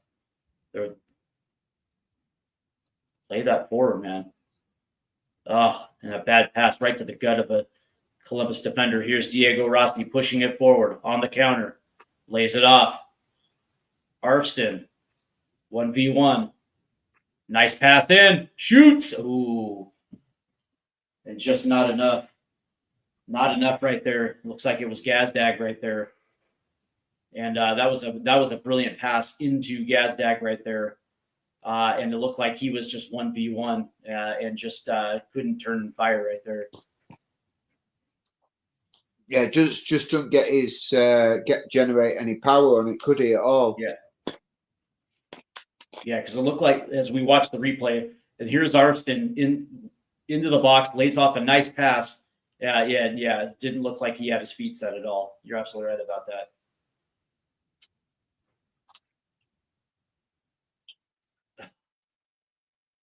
And now we're going to see some changes here. And it looks like coming off as Denke for Kamara. So Denke comes off, Kamara comes in, and it looks like DeAndre Yedlin is going to be coming in for Oriello.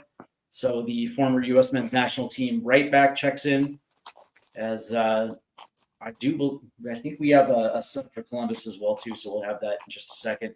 But it looks like Calistano is now down, the goalkeeper for FC Cincinnati. And I was a little disappointed, even though Denke scored the goal early. His upfield vision, his ability, I didn't think his positioning was really all that great. He put himself into traffic on purpose, and the ability to lay it off, turn, and go upfield just wasn't there for him. I don't know, man. Maybe this was a situation where he just didn't see it, didn't see these guys. I have no idea. It just looked like his awareness was just not there tonight. No, not at all. He's, I think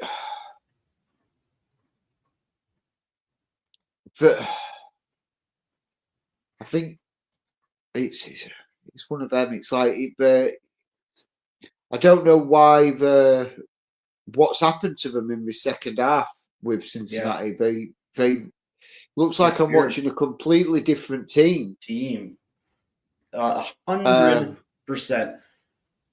For me as playing a striker, if you're gonna come short to make a touch, make your touch, but don't try to do too much with the ball. Lay it off. Forward, you know what I mean? And it's like I don't know, man. I just felt that Denke was just trying to do too much with the very few times they were able to push up the field. Yeah. But I agree with you, though. This team does not look like the same team we saw in the first half at all. No. I thought I recognised the name of one of the subs that come on, DeAndre Yedlin. He used to play for Tottenham. Yeah, and Newcastle. Yeah, absolutely. Yeah. Adrian checks in here. He says Rashford is not a number 9, even though he would like to play there, but he is not clinical enough. I think a lot of people universally agree with that. And he goes on to say, are these two teams competing for trophies? Absolutely. Absolutely. They're competing for trophies. So here's Columbus Not tonight, though, Adrian. Yeah. We're still in the very early portion of this of the schedule. But yes, these two teams will be there at the end of the season. Last year in the playoffs, these teams met in the quarterfinals of the playoffs. They had the Hill Israel Derby over 2 legs, and it was Cincinnati that prevailed. So here's Columbus trying to work its way off. Here's Farsi off the right-hand side. Ball's going to go in. That's going to get tipped away. And Columbus will retain possession here. Here's Shambos out to Farsi. And they're just allowing him to walk in. There's a tip forward. And that ball's going to get out. Is this going to be a corner? It doesn't look like it. So there's Barcy trying to push the envelope there on the right hand side. Yeah. As we are now in the 81st minute here, so we are in the final 10 minutes, and I don't know. I just seem to think that we're going to see a goal. Yeah, and I'm thinking Cincinnati could pinch this, but because Columbus have could end up regretting all the missed chances that they've had. I mean, they still may take another chance and get another chance, but yeah, I just think if Cincinnati pinch one, Columbus will be certainly ruin all those missed chances. And 5 or 6 good clear cut chances in the second half, and they've not taken it. Good goalkeeping has kept Cincinnati in, but they should be at least 2-1 up by now. Oh, for sure. And it's just that final clinical pass, or that clinical touch that would have been the difference here in the second half. And now Cincinnati is going to make some changes here. And it looks like, as we will see, Hedeby coming in for Matt Miazga. So there's going to be a switch at the back line. And I thought I saw 2 here. No, I guess it's only going to be 1. So Hedeby checks in on that back line for Cincinnati, as Calistano is going to boot this one forward. And again, a little too far high, as Columbus will come down with the ball here. And there's Cincinnati trying to press. Oh, nice. As they're going to say, oh, that ball's going to get kicked out. They're going to say Cincinnati throwing. Yeah. That was interesting. It looked like it was going to, I thought that was going to go to Columbus, but. Well, you know what? So, yep. So the press works out for Cincinnati as they get the throw in here, and they can't rush this. They actually have to. Me personally, it's like give yourself a couple nice clean passes, and of course that didn't. Get your foot on the ball. As Evander, I think he got his foot on that one, and that was played all the way out for a Columbus goal kick. Yeah, be a little bit more clinical in the way that you move up the field. Yeah.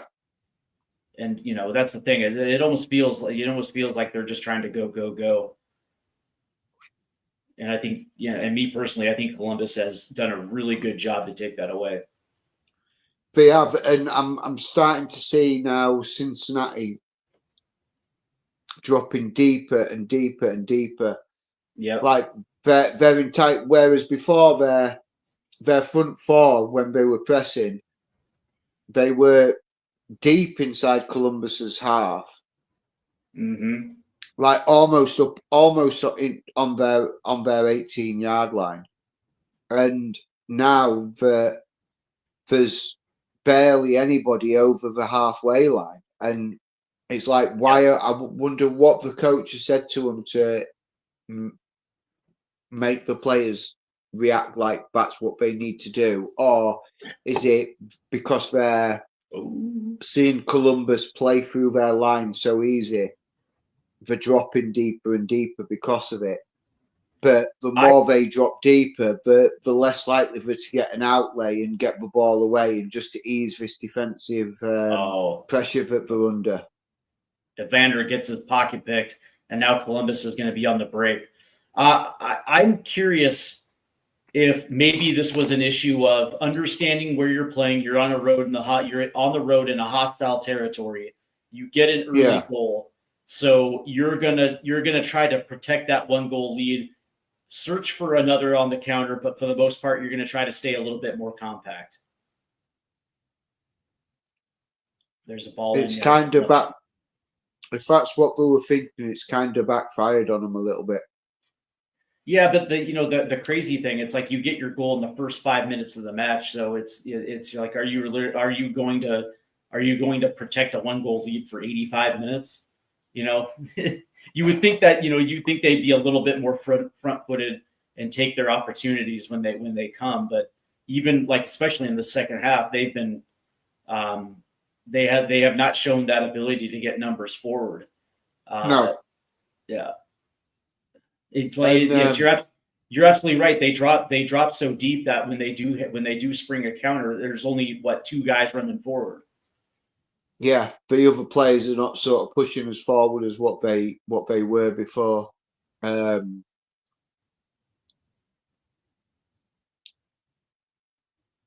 and I just don't get it, man. I don't get what Cincinnati's doing.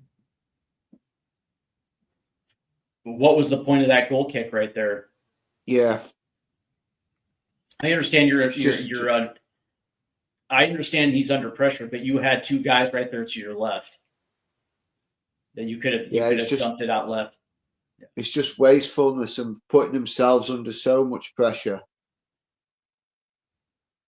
And now I wonder if this plays out to a 1-1 draw, that they would be fine with escaping Columbus with a point. Hmm. I think you're right. I think they'll be disappointed in the second half. I think the first half it's very strange because I wouldn't say Columbus were poor in the first half, but Cincinnati definitely dominated it. And then in the second half, it's not that I'm saying Cincinnati have been a poor team in the second half, Yep. but Columbus have just found a way to dominate them in the second half. It has been a game of like 2 halves. Yeah, definitely a game of 2 halves. And it's actually quite shocking, just considering I wouldn't necessarily. Well, yeah, in some context, yeah, the ease in which Cincinnati was able to counter in the first half and get numbers forward, and having Evander pulling the strings, and now in the second half, it's like it almost feels like Columbus has done went out of their way to clog the middle of the pitch and taking away how they want to attack forward. Here's Columbus. That's a bad little pass right there. Cincinnati will take over. That ball's going to be played out to the left. There's the ball forward. Here we go. In the box. Oh, and why did he slow down? What a golden opportunity right there, as Cincinnati had a nice little through ball right there. And instead of continuing to push forward, he slowed it down a little bit, waiting for a runner, and then the cross ended up being kind of a crappy cross. Right? Yeah, that was like their best opportunity of the second half right there. Yeah, one of their only opportunities of the second half. Columbus have been that much. That much better. Honest. If we're definitely being honest here, so we are now in the 90th minute, 4 minutes of stoppage time. Is there going to be a goal? It feels like Columbus has been so close. And look at that. Look at that run right through the center. Lays it off to the right. Here's Farsi.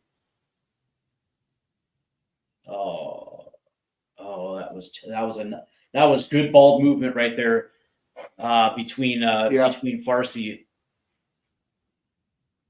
and was that Shambost? Anyways, yeah, he was able. Oh, actually, you know what? I think that might have been a Munson right there, their center back. He was able just to waltz right through the center of the pitch right there, cut to the right, find Farsi, and there was like that nice little give and go. Yeah, nice little overlap, and they didn't know, weren't expecting it from probably a player pushing up out of position, and it just sort of overloaded that area a little bit, and it was just a shame it weren't a better ball. And Columbus could have been so many times. Columbus could have been 2-1 up tonight, and it's they've just not been clinical enough. As Cincinnati just had another opportunity right there, as that goal kick It looks like it hit a Vander, and he pushed it up to the right, and they got a nice little cross in there, and it was to Kamara, and I think that hit off his shoulder. Yeah, it has to be because it was a goal kick. Yeah. As we are approaching minute number 92 now. In some respects, even though that Columbus has been the more dominant team here in the second half, their only goal that goal didn't come through the run of the play. It came off a penalty, off a handball in the box. So in some respects, you can say that Cincinnati has bent a lot, but they haven't broke. But that being said, this second half has been absolutely dominated by Columbus. Yeah. There's Farsi. Lay that into Rossi. Here's Nagby. Oh, here's Nagby. Because I'm surprised there wasn't a whistle right there, because that kind of looked like a mugging as he was coming into the box right there. A little surprised. Here's Arfston, who's going to try to play this forward as they are looking for a way in. Here's Arfston, who's going to lay this one back. As Columbus is still pressing, there's the ball in. Ooh, a nice reaction from the keeper to come off his line and corral that ball in. Yeah. We are in the 93rd minute now. It just, it's seriously, there's a goal kick that thing was put into absolute orbit. Oh, and there's the turnover. There's a Vander. And he just gets his pocket picked. Oh, a Vander. That's the second time that's happened. Yeah, I think given on the basis of the first half, Cincinnati would be a happy team. Yeah. I think Cincinnati now would be happy with either a draw or a win. Yep. They probably don't want to lose, but I think this is going to end up 1-1. Steve. Yep. Because we are coming now into the 94th minute. There's the goal kick as we are waiting for the final whistle, and there it is. Oh. As Cincinnati and Columbus in the first edition of the Hell is Real ends in a 1-1 draw, and I got to be honest with you, I'm a little disappointed. On the one hand, James,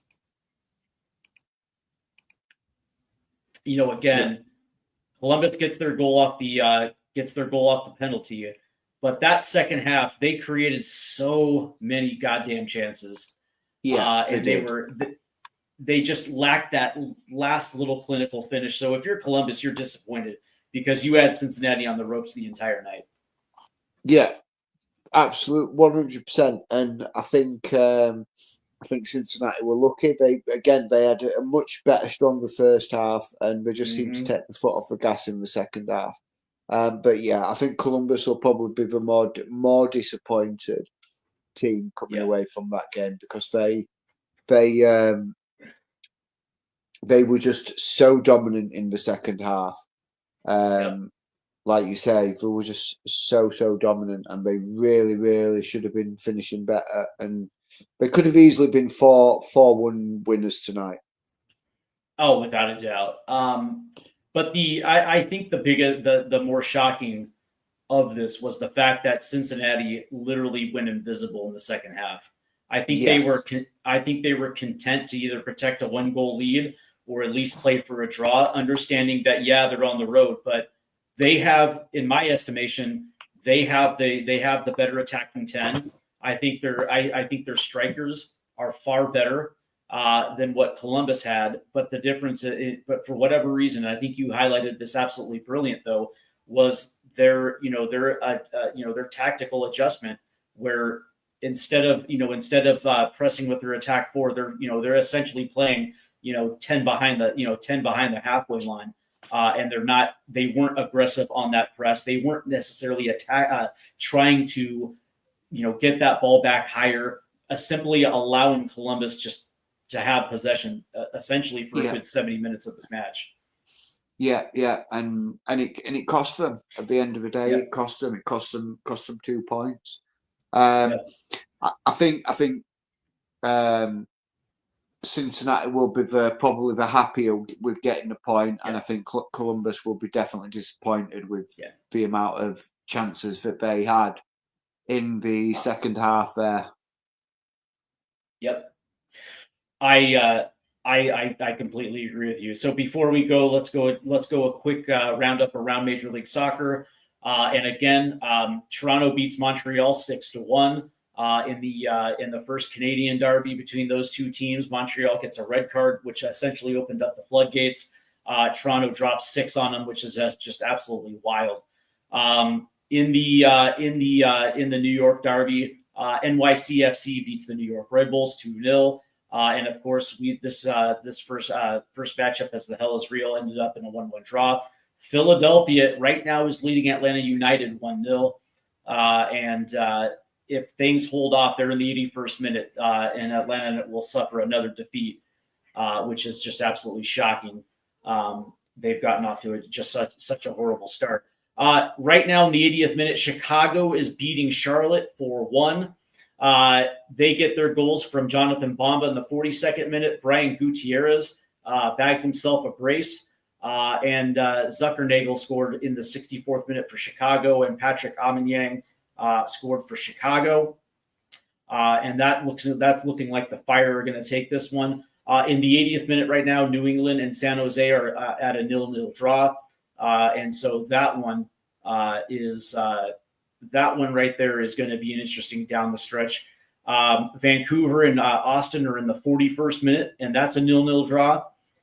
St. Louis is in Minnesota. They're in the 40th minute, and Minnesota is leading 1-0. And in Nashville, DC United and Nashville SC are at a 0-0 draw. Still to kick off is Houston versus Dallas, Seattle at Portland, Real Salt Lake at Colorado, and Sporting Kansas City is in San Diego. And quickly, as we look at the standings, because of this one, it has allowed Philadelphia to move into first place. They are currently leading 1-0, and if it stands, they will be in first place, even on 29 points with Cincinnati, but goal differential has them in first place. Columbus will stay in third, with Nashville in fourth. Inter Miami's on 22 points, sitting at number 6, followed by NYCFC, Orlando City, Chicago, in Charlotte, rounding out the top 9 in the Western Conference. Vancouver sits three points to the good on top of the Western Conference, followed by Minnesota, San Diego FC. Portland's in fourth on 22 points. LAFC, Seattle, San Jose, Austin, and FC Dallas. So there is your Eastern Conference and Western Conference playoff standings right now. But that's going to do it for us, James. I want to thank you for joining me again for another MLS live stream. As always, man, I absolutely enjoy your company on these live streams, and I do give you big props. I understand that it's probably pushing 2:30 in the morning there. So yeah. So before we go, again, we are both stations, whether it be Stateside Footy or THFC, TWD, as we're leading into the Europa League final. There is going to be we're going to be covering this from 7 different angles, and I believe the first show, I believe, is on Monday. Am I correct about that? Yeah, we've got a show on Monday. I believe Dermo is doing a show with Tottenham TV on Tuesday. Then we've got Before the Whistle on Wednesday, the watch along on Wednesday, and Final Score on Wednesday. And then I think on Friday, are looking ahead to the Brighton match, which will be the last game of the season, which is on the Sunday. There's lots and lots. Lots going Yep. off. Also, I believe we may be joined by Yep. the boys from MUFC. Yep. And it's going to be one big show, one big party, and I'm just hoping that Spurs get the job done and we break this curse of not getting a trophy in the last 18 years, and we can get our hands on that and make our way into Champions League next year with a new manager leading the helm and new ideas, new players. No love for Ange Postecoglou. I don't blame you. 21 league losses is hard to overlook. It's so hard to overlook. It is, and look, I was a big advocate for Ange Postecoglou, and look, if he lifts the trophy, I'll give him the respect that he deserves, and that he lifted his European trophy. But I just think his tactics have been found out, the way he plays has been found out, and he's not adjusting to that quick enough.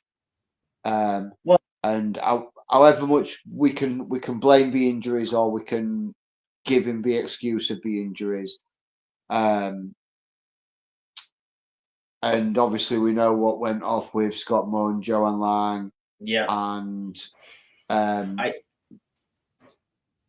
it's just been a difficult season, and I think it's probably best if we part ways with him, and we bring in someone new with fresh ideas to rebuild this team and hopefully go again next year.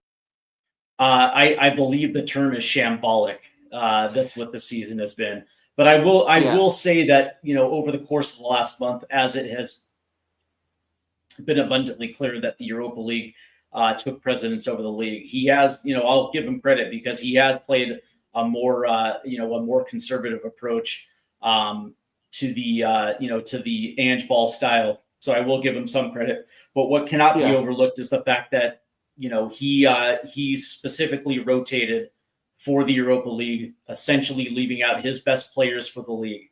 And as a result, we only have 5 wins in the last 25 Premier League matches, which is just inexcusable. Yeah, it's not. Yeah. But that stat hurts. That stat hurts. 5 wins in 25 games. And like we've said many times on the streams, if there weren't 3 worst clubs, that's relegation fodder. Is that? Yeah. Though I'm surprised that we didn't get relegated. To be honest with you, 21 league losses, essentially puts you well below the relegation line. And it just so happens, because we're in an era of yo-yo clubs, that it just so happens there are 3 teams that are just worse. So. That being said, you did leave out one thing, and I have to check you on this one, because we do have Before the Whistle and we do have the watch along, but immediately after the watch along, we are going to party, because we will be lifting the Europa League. The final score is irrelevant, man. It's all about party. It's all about celebrating that trophy. And it's going to kickstart Tottenham Hotspur back to where we absolutely deserve to be, which is being in that top 4 and putting ourselves in a position to win this league. So it's all about that party Wednesday afternoon. So I want to thank you, James, for tuning in tonight to watching the first edition of the Hell is Real Derby. I want to thank everybody that tunes in. I want to thank Adrian for stopping by the chat tonight. That was awesome, Adrian. Hopefully you took care of yourself tonight and, didn't necessarily go overboard, as Adrian is known to do. So he's getting nervous, man. We're getting close to the Europa League, man. That guy is getting nervous. So before we go, make sure you hit the like and subscribe. And again, there's plenty of ways to check out Stateside Footy and THFC as we're getting close to the Europa League. So definitely check that out. This has been successful, man. We will be back next weekend for another. Actually, we won't be. Next weekend, I will be in Seattle. And so next weekend, the Saturday morning show, Saturday morning Spurs, and the MLS watch along. Unless you and Derma want to take that over, we will be back the week after. So that is what's coming up on deck. And of course, we do have we're getting into the U.S. men's national team as we are getting closer to pre-Gold Cup friendlies. So there's a lot going on top of the summer transfer window. So it's going to be, dude, it's going to be an absolute buzzing summer. It's going to be just unreal.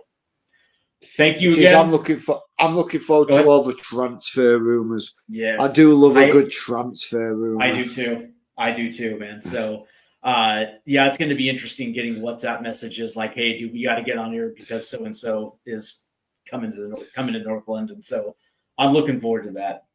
Yeah. Take it easy, guys. Enjoy the rest of your Saturday night, or in case of James, Sunday morning. And enjoy the rest of your weekend, guys. Have a great night. Good night.